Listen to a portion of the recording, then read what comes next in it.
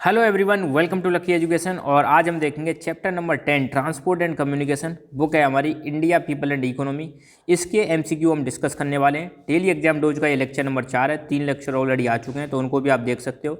हर chapter के मैं मतलब एमसीक्यू वाली चीज़ें डालूंगा जो कि सीबीएसई और आरबीएसई दोनों के लिए बहुत ज़्यादा इंपॉर्टेंट है। सीबीएसई के लिए तो स्पेशली खासकर इंपॉर्टेंट है ये, ठीक है। ओके, तो पहला क्वेश्चन। अच्छा, एक चीज़ ध्यान रखना, अपना एक पेपर ले लें और पेपर में आप नंबर डालें, कम से कम 20-22 नंबर डालें और हर क्वेश्चन का आप आंसर सोचें। मैं पहले आपको पढ़ के सुनाऊंगा, 4 ऑप्शन बताऊंगा, फिर आप अपना टिक लगा लें और उसके बाद तुरंत मैं आंसर आपको दे दूंगा। आंसर अभी के अभी मिल जाएगा, बाद की दिक्कत नहीं है।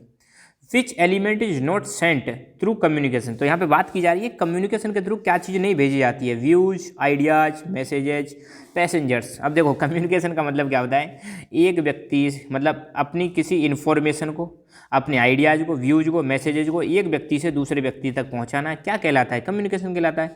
तो कम्युनिकेशन में हम व्यूज भेज सकते हैं, आइडियाज़ भेज सकते हैं, मैसेजेज भेज सकते हैं, मगर पैसेंजर्स को नहीं भेज सकते कम्युनिकेशन में, क्योंकि कम्युनिकेशन में सिर्फ इन्फॉर्मेशन एक्सचेंज की जाती है। क्या एक्सचेंज की जाती है? इन्फॉर्मेशन को एक्सचेंज किया जाता है। तो इसका सही आंसर हो जाएगा पैसेंजर्स को नहीं भेजते हम कम्युनिकेशन के through. Second question, when did the air transport in India make a beginning. India में एयर ट्रांसपोर्ट की शुरुआत कब हुई थी? 1911, 1900, 1929, 1919। तो उसका सही आंसर आपने सोच लिया होगा और सही आंसर है इसका 1911।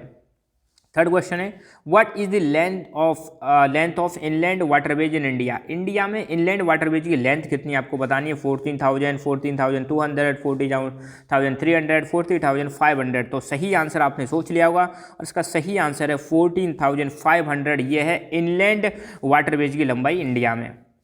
इन which year was the Indian broadcasting system changed to All India Radio. किस साल इंडियन ब्रॉडकास्टिंग सिस्टम का नाम बदलकर ऑल इंडिया रेडियो हो गया था? वो आपको बताना है। 1920, 1930, 1936, 1956।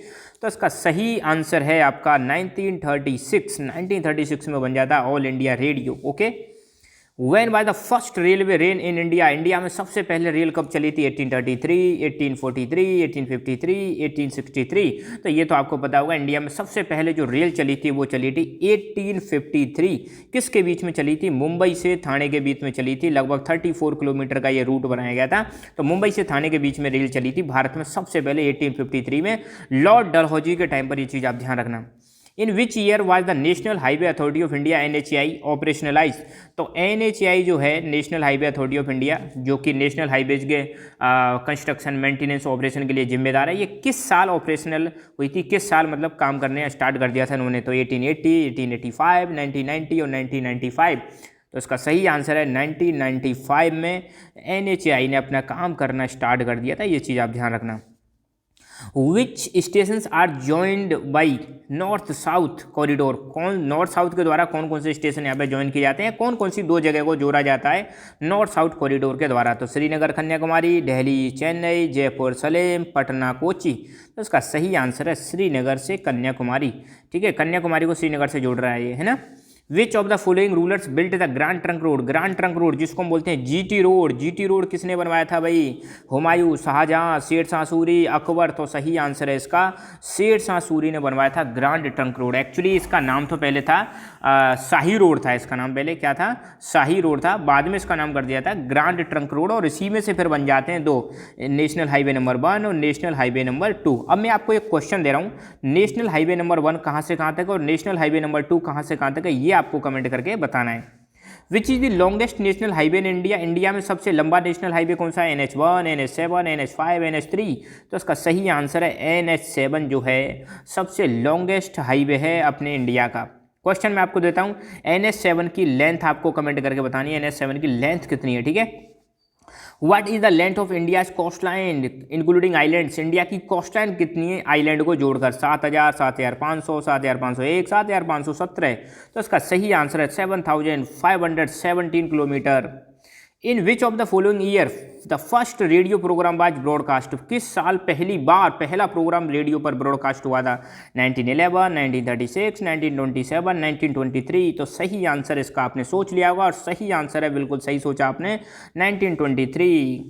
इन which year was the Inland Waterways Authority set up? Inland Waterways Authority को कब सेटअप किया गया था, किस साल सेटअप किया गया था?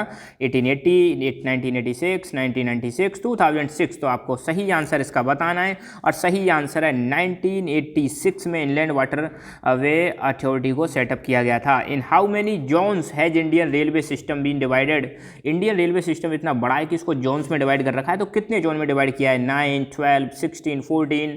तो इसका सही आंसर है 16 जोन्स में भारतीय रेलवे डिवाइडेड है। Where is the national remote sensing centre located?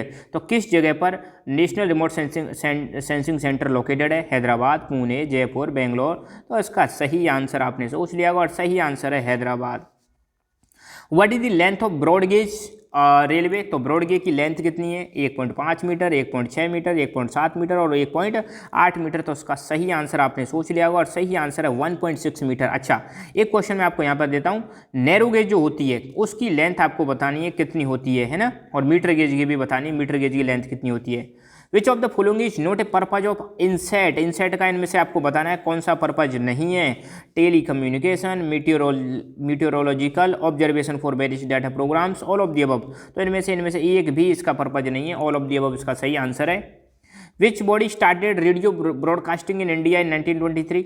कौन सी बॉडी ने रेडियो ब्रॉडकास्टिंग करना स्टार्ट किया था 1923 में? Doordarshan, radio club of Bombay, Indian broadcasting system, common national programme. तो इसका सही आंसर आपने सोच लिया होगा, रेडियो क्लब ऑफ बॉम्बे। इन्होंने 1923 में रेडियो ब्रॉडकास्टिंग करना स्टार्ट कर दिया था। ठीक है। What is the length of golden quadrilateral highway? Golden quadrilateral highway की लंबाई कितनी है? 3846 किलोमीटर, 4846 किलोमीटर, 5846 किलोमीटर, 6846 किलोमीटर। तो भैया 46 तो बाद में आएगा ही, तो सही आंसर है 5846 किलोमीटर। अच्छा, यहाँ पर एक क्वेश्चन फिर आपके लिए कि गोल्डन क्वाड्रिलेटरल कौन से 4 बड़े सिटीज को कनेक्ट करता है, उनका नाम आपको कमेंट करके बताना है।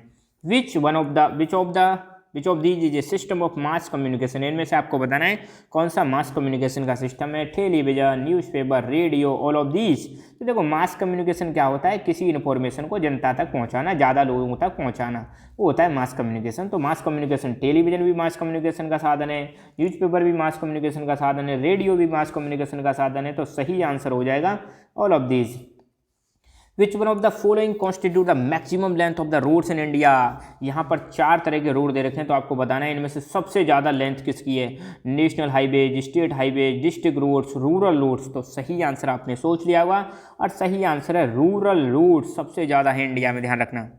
On which river between which two places does the national waterway number 1 lies? तो आपको बताना है NW1 नेशनल वाटरवे नंबर 1 किस किस के बीच में? पहली बात तो किस रिवर पर है? तो ब्रह्मपुत्र, गंगा और वेस्ट कोस्ट कैनाल। और किन 2 जगह को जोड़ रहा है? ब्रह्मपुत्र पर है तो ये साडिया और डुबरी को जोड़ेगा, गंगा पर है तो ये हल्दिया इलाहाबाद को जोड़ेगा, और वेस्ट कोस्ट कैनाल पर है तो ये कोट्टापुरम को कोल्लम से जोड़ेगा। तो किस रिवर पर है? NW1। तो NW1 जो है हमारा है भैया गंगा रिवर पर। कौन सी रिवर पर है? गंगा। और ये 2 जगहों को कनेक्ट करता है, सडिया और हल्दिया और इलाहाबाद। किसको कनेक्ट करता है? गंगा रिवर पर है NW1, और ये कनेक्ट करता है हल्दिया को, इलाहाबाद से कनेक्ट करेगा। और इलाहाबाद का आज की डेट में नाम चेंज हो गया भैया प्रयागराज। ये चीज़ आप ध्यान रखना, ठीक है। तो बस आज के लिए इतना ही। Thank you so much. Keep learning, keep enjoying and God bless you all.